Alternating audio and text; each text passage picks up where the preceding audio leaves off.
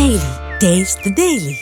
ఇక కామారెడ్డి జిల్లా బాన్సువాడ పట్టణంలో కైట్ ఫెస్టివల్ కార్యక్రమాన్ని ఘనంగా నిర్వహించారు. ఈ కార్యక్రమంలో వ్యవసాయ సలహాదారు MLA Pocharam Srinivasa Reddy, Agros industries corporation chairman కాసుల బాలరాజ్ పాల్గొన్నారు. చిన్నారులతో కలిసి పోచారం శ్రీనివాసరెడ్డి కైట్ ఎగరేశారు. ఇక ఆగ్రోస్ చైర్మన్ కాసుల బాలరాజ్తో పాటు నాయకులు, కార్యకర్తలు నృత్యాలు చేస్తూ సరదాగా గడిపారు.